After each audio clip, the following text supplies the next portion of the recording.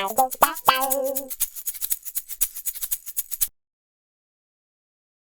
it's a little cozy group we've got this morning. It is. I thought you were going to fall over there on those steps, running up those steps. Really? Yeah, it always looks like hazardous. No, those steps are fine. Far better balance than me. I should probably say Michael Rosenbaum was going to be here today, but unfortunately he's had to cancel due to something that's come up last minute. We are hoping to get him back towards the end of the year, and we had him about 18 months ago as part of a Smallville panel, and I think I've only just about recovered because he's a very energetic fella. Any stories you can share about Michael before we get going properly into about Smallville? Michael, jeez. Yeah. Gosh, I feel like Michael's told all of his stories about 1,000,000 times. But yeah, Michael's a joy to be around. He's, especially for this kind of stuff, he's our leader, and he makes this very, very easy, and he makes it really fun for all of you. And I don't know if any of us quite live up to Michael's capacity to entertain. He is a real born entertainer. It's a bit nuts to realize that it's like 12 years since Smallville ended and like 22 since it premiered. Man. Yeah, but like, time moves quickly. Like this like does. it does not feel anywhere near that. What do you think of when you like first reflect back on the show? Because you were 18 when it started? Yeah, I got the show when I was 18 years old, and I started shooting when I was 19. So I just turned 40 this year. So it's been, it's been a while. But I think for any of us, this is our experience of life. There comes a certain point where you look back and you're like, wow, it just went by so quickly. Time just goes by so quickly. And it's really fun to be able to have conventions so that all of us can come together. We weren't all that close friends when we worked on the show. We went to work, we saw each other all the time, and we went out into our lives. And so now we've kind of become closer friends than we ever were, and that was a nice surprise. Like I never imagined that would ever occur. When was the last time there was like a good solid crew of say 4 or 5 of you together at an event? I don't feel like it was that long ago. I mean, there were in Chicago just not that long ago. It was me and Michael and Tom and Erica. So that the four of us often are together, and sometimes Laura joins us, and that's and then John Glover was there also, and John Glover is around all the time as well. And that man's a joy, and he has so much experience in this business. His stories are bonkers. So if you ever get a chance to ask him a question or come to his table when he's around, he's really worthwhile to go and talk to. He's wonderful. As someone who was so young when Smallville started, how important was someone like John Glover or John Schneider or Annette O'Toole, just those wiser heads, the older heads? I didn't work with them very much, honestly. I mostly worked with Tom, so I didn't spend a lot of time with them. I know that Tom got a lot of advice from the older actors on the show. They were older at the time. They were quite young, let's be honest. They were not that old. But I didn't get a chance to really pick their brains, and I wasn't that kind of a kid, I was really, really shy, so I was always like reading a book in the corner. I wasn't someone to like go and be like, so what about this, and how did you do that, and how do you feel about the business, and how do you handle your agency or whatever. I just wasn't that kid, so I kind of just watched from the sidelines to see how they behaved, how people handled being on set, and all of them were such pros. And I think being on Smallville, it was a very professional set. People came to set when they were called. Nobody hung out in their trailer. Nobody held anybody up. We knew our lines. We did our scenes. We got our days done. And I think a part of that was just learning from those around us. And those guys were impeccable that way. And how familiar were you with the kind of, I guess, the wider Superman mythos before landing Smallville? Not. I read, Bronte sisters. I was a good, gothic girl. I did not know anything about superheroes. I was really, really oblivious. I was literally out of high school. And in high school, I wasn't a superhero kid. Like, it just wasn't the world that I lived in. So it was a crash course kind of in the fandom and what it means to people, because it means so much, and Superman means so much to people, especially in America. And so it was an incredible way to kind of delve into it. How was it then at such a young age, 18, 19, because it was, I believe there was like it set records when it premiered, the first 3 episodes, to then be at such a young age thrust into that spotlight with such a passionate fandom? It was insane. It was intense.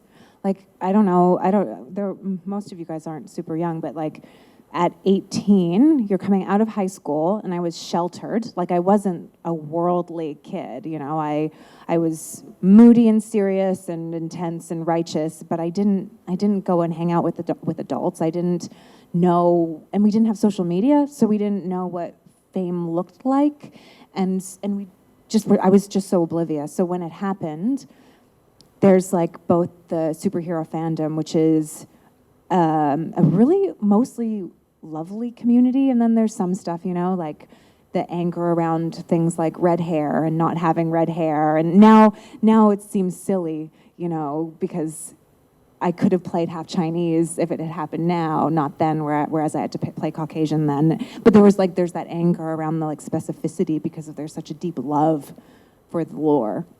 So learning all that was kind of crazy. It was a weird time to be that young and to just totally reevaluate what the world was, because it changed the world for me. I mean, you did it initially for the first 7 seasons and then a few guest spots. Was there ever a concern about maybe if you did it for too long that you'd get pigeonholed into that superhero TV show formula? Or I didn't think about that. I honestly didn't. I don't think I thought about my career in a way that I should have. It's just not the way I thought about life. But I think at a certain point when you've done a show for so long, and we were doing, unlike today, we were doing 21 episodes a season. It was like all of our time. It was everything. It was 9-10 months out of the year on this show with these people working at minimum 12 hours a day. So, I mean, I didn't, but, the crew did, and Tom did. So I don't know, I don't think that I thought about it in a career sense, because I didn't think about my career. I thought about it more in the immediate experience. was there ever any mentions of you coming back for the Crisis on Infinite Earths, the Arrowverse? No, I've never heard anything about any of that. Yeah, never. Everyone under the lights have seen it, yeah? Yeah, bit of Lana Lang in that. No. In fact, that was airing the last time our Smallville panel was on, because Tom nicely dodged the question about whether he'd suit up, which obviously he didn't. Tom is not going to suit up. Maybe he would, but I highly doubt there would be a scenario in which Tom Welling wears the suit. I'm sure this weekend you'll have lots of fantastic fan interactions. Are there any particular that jump out over the years of just that have meant a lot to you? Honestly, it's like people just come up and talk. They talk about their lives and often what the show's meant for them. It's a funny experience because I'm like a placeholder. Like me, Kristin, I'm a placeholder for Lana, I'm a placeholder for Smallville, and I'm a placeholder for the sentiment that the show has in people's lives. So it's like me personally, I have to find ways to honor that feeling. And it's been incredible to do that. I feel so blessed that I get to hear about people's lives and I get to hear about things that they've been through. It feels like an honor, because those aren't things you share with everybody. Those are things that are often very private. And so because people feel an intimacy with me or with the show, I get to have access to their lives, and that's really special. And so it's not like one specific thing. It's this broader experience that I have had. And we will come to some questions in the crowd shortly. If you have any, get thinking of them, get those fingers up. But when you look back at the 7 seasons and the few episodes elsewhere, who was it you most enjoyed sharing screen time with? Honestly, Tom was my person on the show. Like Clark and Lana, that's who I worked with, except for in season 6, where I worked with Michael, which was so much fun. I had such a great time playing that version of the character. But it was me and Tom had our scenes together, and that was the conclusion of their love story. It was the end of that. And that's what the show was, like, for better or worse, that's what the show was for me, was this love story with Clark. I think a lot of people are still traumatized by the 100th episode, where it's the fake out death, where it's like, no, they can't kill Yeah, right. Yeah, that was brutal. That was terrifying. Yeah. And then they go and swerve, and it's which is also devastating. Yes, absolutely. Devastating episode. Yeah. Right. If you've got any questions, pop your hands up, and someone will get you with a microphone. The gentleman right here in the front. Hi, Kristin. Hi. Good to meet you. Good to see you in person. Nice to see you. You guys were talking about Tom not wanting to put the suit on. And I've actually asked him that question. I've met him on a few video calls during COVID. And surprisingly, he actually said that if he was going to go near anything like that again, it would actually be Batman. He wants to be Batman? He said if he was going to do anything like that again, it would be Batman. And amazing. yeah, it was surprising. I didn't expect it at all. I was wondering, and it kind of feels like you're kind of more involved and focused on your photography, which is absolutely fantastic. My photography. We like the toucan, by the way. You enjoyed Scotland. Okay, thanks. But if you were to continue with the acting on a large scale, is there any character that you've seen now or in the past that you look at and think, yeah, I'd love to do that, or I could do it better, or I just have a different way of doing it? Something you would literally not think about doing if someone offered it to you.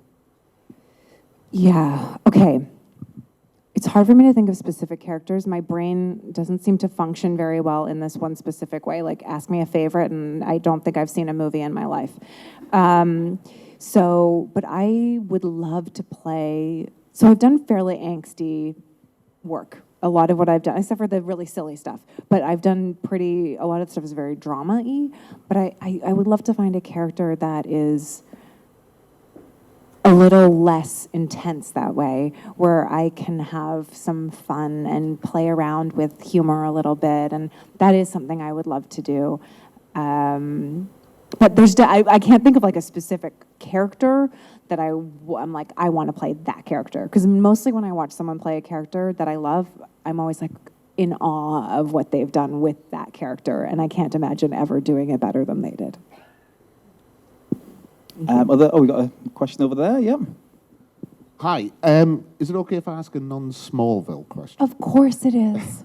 One of my favourite shows that I've seen recently was Reacher. Amazing, I was yes. just wondering if you could speak of your time on the show. Yeah, Reacher was a ton of fun. Obviously Alan was a joy to work with. He was perfect for that role. I worked a lot with Willa Fitzgerald. That actress is fantastic. If you get a chance to watch her in anything, I think you should. She's really, really great. But it was a massive budget show. That show cost so much money to make, to be on a set. So I've done a lot of like Canadian TV recently, which, if you don't know, there is no money in Canadian TV. We do it for nothing. We try to get it together. We're just scrambling. We're shooting really quickly. We're doing like one take. We're just trying to get through it and create something good. Reacher had so much money. So to be able to do big action sequences, which I wasn't a part of a lot of them, but we had that one night where I've got the kids and we're running and they're coming after us in this house, a house I'd shot in like 3 times before on different shows. Running, I was just in awe of how much we could do. And that was like even the final climax sequence in like the spoilers. It's been a while. The money pit things, the money vat, whatever's. That was crazy.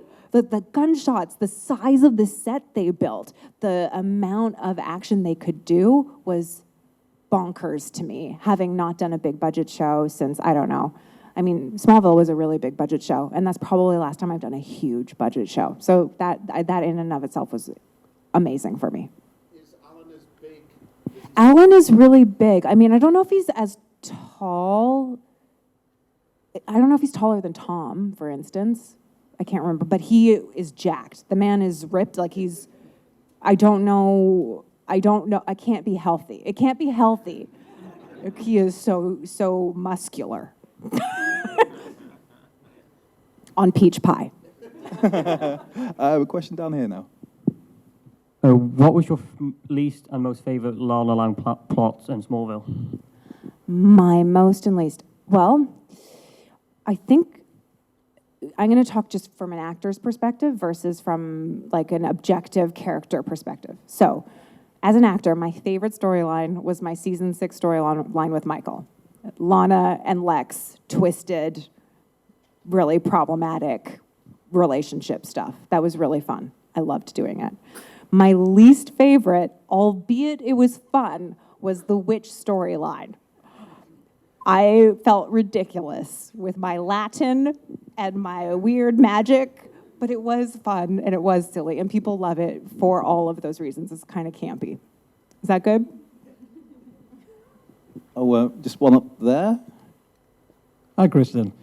So my question is, you've played a lot of characters over the years, and you've worked both as an actor and also worked behind the scenes as well.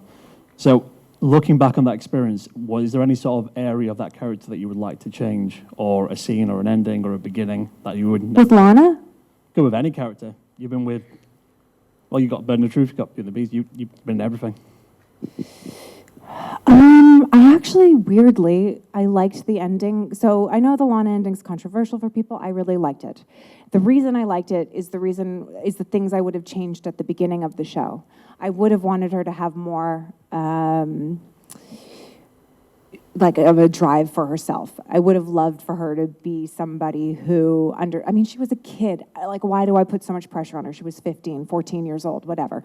But I would have wanted her to be focused on something outside of the relationships in her life. She was very reactive to Clark and also to other people around her. So I found that conclusion solved the problem that I had earlier on with the character and gave her a satisfying end for me as somebody who had something she wanted for herself, that she was going for it, that she had chosen that and chosen herself over Clark and a relationship with Clark, which would have been at the cost of herself. And I loved that. But I, to answer your question, I would have changed maybe some of the beginning of it and given her more of her own focus, of her own objectives, versus being there to kind of service his objectives. Essentially, yeah. I mean, it's not a show about Lana Lang, so it doesn't really matter, really. But just for me personally, that's what I would have wanted. Yeah. Just on the end here, I tell you what, I'll go for walkabouts. Let's have a stroll. It's easy enough to get to, as I nearly trip over the floor. Thank you. Hi, I was just wondering, I know there's a lot, you got saved a lot, and there was lots of explosions and you sort of being wished away. What was it like sort of doing the stunts? Did you get to do any of your own stunts? Yeah, I did. I love doing stunts. I have like a gymnastics and martial arts background. So I can do choreography. I'm really capable of, fighting. I'm not going to be able to kick your ass on the street, but like I can present a fight in a good way. So eventually on Smallville, I got to do some stuff like that, and I love it. It's so much fun. Even like horseback riding is fun, to just get on the horse and book it through a field with a helicopter. Like, that's sweet. I love that stuff, and I love doing it on other shows. So I've been able to, in shows after Smallville, be able to use those skill sets, and it's always it's exhausting, but it's so much fun. It was so nice to, rather than you just constantly being saved, it was nice that she actually became pretty kick-ass at some points, and it was like, yes, go! Exactly. You're like, cheer for this. She's like been victimized over and over, and it's a silly storyline, but when she's like, I'm going to learn martial arts, I'm going to kick them myself. Like, it's silly, but it was like the intent is so pure that this girl is like, I'm dealing with this. If this is my reality and these dudes are going to keep on coming after me, I'm going to try my best in my tiny little frame. Thank you. Thanks. That's the hand I saw before. Right. Hi, Kristin. Hi. Welcome to Telford from a local. Thank you. My question is, out of anything from the show, what would you have kept if you did keep anything? I did keep 2 things. Okay. The first being really obvious. I kept the decryptonited kryptonite necklace. So I have at my house, I have this beautiful old wood carved like antique thing that I've got all my necklaces on. I've got a lot of necklaces. And one of them is that necklace. The other thing I kept are my vampire teeth. I have my vampire teeth because I think they're hilarious. And I don't know if you all realize, but when people wear their vampire teeth and they're being scary, they're lisping the entire time. Those are the 2 things. Perfect. Thank you. I believe Michael kept like 2 white suits, but yeah, there's a question down there. Oh, hi. I was wondering what kind of book left you completely shocked for days. I'm going to have the most boring answer that everybody has, but it was A Little Life. Did you read it? Has anyone read A Little Life? Seriously? Don't read it. Don't read it unless you want to be traumatized. Like, every trigger warning in the book, that book, this is a classic pandemic story. I was reading A Little Life. My partner was listening to records really, really loudly, and I wasn't paying attention. He was drinking whiskey, because why not? And I was just reading this book, and the music was so loud I didn't notice. I was just weeping, like full on, snot running down my face, weeping, and it felt like it was just exactly the pandemic. So yeah, a little life. But I don't know if you should read it. Don't read it. Just down here. Hello. Hi. I wanted to know how long the audition process was for Smallville and what Yeah. was your reaction once you got the job? Yeah, okay, so this is going way back. We're going back to 2000. Yeah, just before 2001, they had a massive, they cast their net wide. So they went to a casting director in Vancouver because the pilot wasn't going to shoot in Vancouver at this point. They didn't know it was going to shoot there. And I auditioned there with Corinne Mares and Heike Brandstatter, if you want to know the casting directors. And then that tape went to LA. They liked it. They asked me to come out and test. And I was up for another movie at the same time.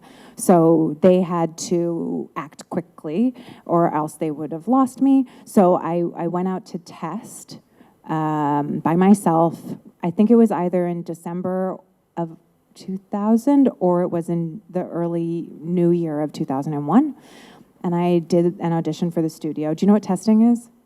Yeah, so for the studio and the network, both, and they gave me the job, which again, to throw back to what I was saying before, I have no idea what any of these things mean. I was not really that, I get nervous just in front of people, but I wasn't nervous for the audition because I didn't know what it meant. I didn't know that it was a big deal to be up for a show like this, a show that had a 13-episode pickup from the start.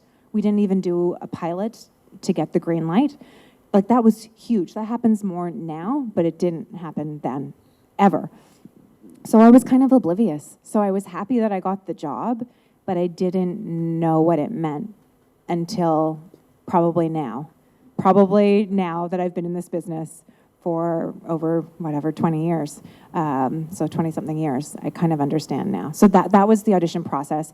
And then, obviously, I also came out to test with Tom. So the reason I was cast first is just because I had something that they might book me for. So then I went out to test with Tom and Jensen Ackles, and Tom got that role, and that was that. That was it. Yeah. You're welcome. Oh, at the back over there. Good morning, Kristin. Just welcome to Great Britain. I hope you've enjoyed the hospitality here. Just a quick question. It's been about 20 odd years since you first graced our screens for most of us, and like for most of us, you're probably our first, childhood crush.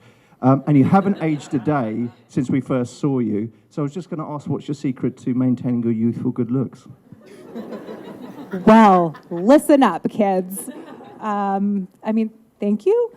I don't know. This is always weird to talk about. People do ask me this, and I don't know how to answer it, and I always feel weird about it. Honestly, I feel a little weird about it. But I think that we must acknowledge, I have had a very easy life. I think that I got a job very young, and I made a decent amount of money. I don't have to worry about that very much. And so I think there's a level of stress in people's lives, or when you have to work a lot. I think that in some ways, just the ease of my life has helped me to be relaxed and rested. But yes, other than that, I don't know. I don't know why I've continued to look somewhat like I used to. Is it the whiskey and the books that make you cry? The whiskey and the crying. Yeah, that always helps. I recommend whiskey and crying. Are we just down here? Hi.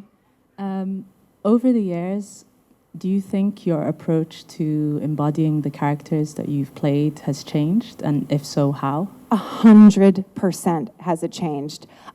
So I started working when I was 17, and I was acting before that. I acted in high school. I did I was a kid. I loved to go to do theater and stuff like that, but I wasn't trained. I never really learned about the history of acting, about methods that people utilize as their toolboxes for acting. I learned it on the job, and I don't recommend that to anybody, really. It's embarrassing and horrible when you fail so publicly in front of people, and millions of people watch Smallville. So everything I did that I didn't like, millions of people saw those things also. But I have become much more like specific in my methods, and I don't know exactly how to describe them, but I started out as somebody who really built backstory, and I am still that person, but I have expanded upon the way that I can go about doing it, and I feel like how I perform or build a character and access that character has matured. God, at least I hope it has, from when I was like 17, just like scrambling, trying to like hit my mark and figure out how to not move my arms too much, you know? Thank you. I think we've got time for a couple more. There's a hand at the, over there, and then there's a hand at the back as well to go to. Hi, Kristin. Hi. Out of all the scripts that you've ever had, what was the best one that you've ever received? Okay. I've read a lot of scripts. Honestly, do you remember that? I mean, I didn't love the way the show turned out, but do you remember that Aaron Sorkin show, The Newsroom? That pilot script was killer. Really good script that I read. I think that's the one that came to my mind when you asked the question. So I really liked that pilot script. And just there at the back as well. Hello. I was just wondering what was your favourite moments from working on Beauty and the Beast? My favorite moments were the weird ones. It was a really weird show. It was like fun and silly, and the cast was silly, and we laughed all the time. But my favorite moments were those nights where we would be working, because it was a nighttime show. We worked at night a lot. But at night, on a Friday night, on the Fratterday, we'd be out in downtown Toronto. It'd be like 4 a.m. Really, it's like mostly on Halloween. So let's say Halloween night, which is crazy in Canada, on a Friday, coming into Saturday, when the bars are letting out. It's 4 a.m. We're exhausted. We've been shooting these scenes in the streets of Toronto, and all of these people come out of bars wasted. And you're in these, like, I'm in my leather jacket and my boots and my tight jeans and doing a big fight sequence. And it's this collision of the film world with like what feels like the real world. And these and Jay's got like beast makeup on, and it's just the weirdest experience to have those things collide. And if you ever work nights, I don't know if people here work nights, but if you work nights but you don't do it all the time and you kind of go in and out of nights, there's times when you work nights where you get kind of delirious. Like there's a weird, almost like jet lag, like this weird feeling. And that's what it was like to have that collide with like drunk people on a normal Friday night in Toronto. That's my story. Oh, there was one person who had their hand up for ages right at the back, so I'm going to go to that, and that'll be there we go, getting the hang of that, our last question.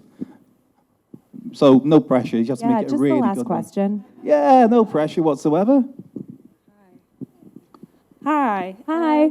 I was wondering, I don't know if you'd be able to comment on this so much, but you said that up for the role of Clark was Tom Welling and Jensen Ackles, and I know obviously Jensen Ackles is in a later season, and you did get time to spend with him, but how do you think your chemistry might differ if Jensen was actually cast as Clark instead? Do you think that would be weird? Hilarious question. Well, because we saw them together. Jensen and I have good chemistry. Like, I loved working with him, but it was a faster paced, Clark and Lana had like a still intensity, you know, like it was intense and quiet. And with Jensen, so if Jensen had played Clark, I feel like the character would have been so different, a little more external, a little more like fun. So I feel like it would have just been a very different interaction. Yeah. Like, would Lana still be the Lana that I had played if I had been playing against a different Clark? I don't know if I would have. It would have been different. Yeah, crazy. It would be weird. I don't know if it would have been, I don't know. It would have been weird. Thank you. Thank you. I think that was an excellent final question. Great question. On that note, ladies and gentlemen, please make some noise for Kristin Kreuk.